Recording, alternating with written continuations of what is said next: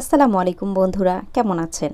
আপনারা কি মাঝে মধ্যে এই পদ্ম মোল্ডের এই পাপড়িগুলো ভেঙে যায়? আমার এই মোল্ডটার ভেঙে গিয়েছিল। এটার উপর অবশ্য আমি একটা গবেষণা চালিয়েছিলাম, এই জন্য ভেঙেছিল, না হলে আমার সচরাচর ভাঙে না, খুব কমই ভাঙে। তো এই জন্য কি এটাকে ফেলে দিব? আপনার পদ্ম মোল্ড ভেঙে গেলেও আপনি এই টেকনিকটার মাধ্যমে এটাকে নিউ এবং আনকমন লুক দিতে পারেন।